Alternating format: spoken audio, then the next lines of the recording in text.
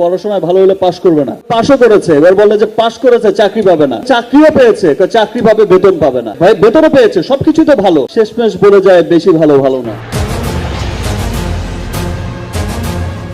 কোটা আন্দোলন নিয়ে প্রতিবাদ করায় এবার বিপাকে পড়েছেন সুপারস্টার শাকিব খান। তিনি গতকাল রাতে জরুরি সংবাদ সম্মেলন করেন নিজের বাসায়। সেখানে শাকিব খান বলেন, আমি প্রায় 2 যুগ ধরে মানুষের বিনোদনের জন্য কাজ করে আসছি। এ দেশের ভালোর জন্য আমার মুভি বাইরের কান্ট্রিতে রিলিজ করতে আমাকে অনেক পরিশ্রম করতে হয়েছে। আর আমার সেই দেশের শিক্ষার্থীরা যখন বিপদে, আমি প্রতিবাদ না করে কিভাবে চুপ করে বসে থাকি? এ দেশের জনগণের পক্ষ নিয়ে প্রতিবাদ করাটা আমার দায়িত্ব ছিল, আর আমি তাই করেছি। এখন আমার যা হবার হবে, আমি কাউকে ভয় করি না, কারণ আমার পাশে আমার দেশের লাখো কোটি ভক্ত রয়েছে। এদিকে এক সংবাদ সম্মেলনে শেখ হাসিনা বলেন, কিছু মানুষ আড়ালে বসে অনলাইনে উস্কানিমূলক কথা বলে শিক্ষার্থীদের ক্ষোভ আরো বাড়িয়ে দিচ্ছে। লন্ডন থেকে নির্দেশ দেয় স্লোগান মিছিল, কিন্তু তাদেরকে উস্কে দেওয়া হয়েছিল।